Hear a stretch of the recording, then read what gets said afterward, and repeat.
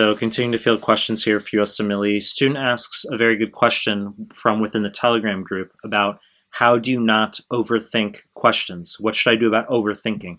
And I've made prior clips on this. However, I will make this short clip on 2 tips to not overthink questions, okay? 2 important points as far as how do you avoid overthinking, and in turn, how do you get a higher score as a result, okay? Quick value here. So before we get started, allow me to be my typical asshole and tell you to subscribe to my channel. I really appreciate it. Hit the like button. Really appreciate it. And find me on Instagram at Melman_medical, MEHLMAN_medical. Link is down below.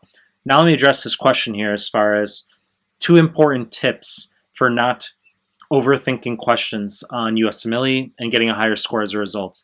The first is, if you don't know an answer, do not choose weird sounding shit.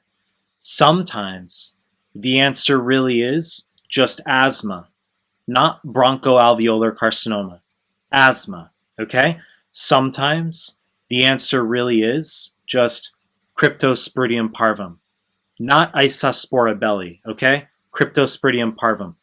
When you don't know an answer, don't choose weird sounding shit. Now, this is also across my 9.5+ years of tutoring with students, where if I'm sitting with a student over the Skype, he or she's hovering on a question, doesn't know the answer, it's to my observation, the student tends to choose weird sounding shit. And I'm like, have you ever heard of that in your entire life? No. Then why'd you fucking choose it? I don't know. Okay, common observation, frequent observation. I could make that an extended point in of itself, but I'll just give you the second tip, which is, if you get a question, you choose an answer, let's say it's C, that's your choice. You don't know, you're not 100% sure. Maybe you've gone to different questions and you come back, you flagged it and you've come back to it, or you're just hovering over it for a longer period of time. You're still not sure. You switch your answer to A, wrong fucking answer, okay?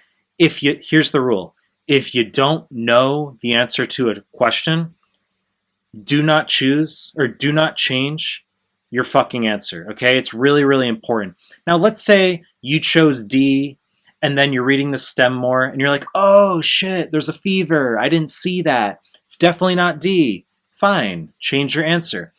But if you choose, let's say sickle cell, you think it might be, but you're not 100% sure, you're maybe contemplating thalassemia, you change your answer to thalassemia, wrong fucking answer, okay? So don't choose weird sounding shit when you don't know. Sometimes the answer really is just asthma, okay? And if you don't know an answer, don't change your answer if you've already selected one. Your initial gut instincts, more often than not, tend to be correct. This could be an extended YouTube clip. How long do we need it to be, okay? You know the deal. I'm going to continue making more content. If you like my stuff, subscribe to my channel. And I appreciate your time. That's it.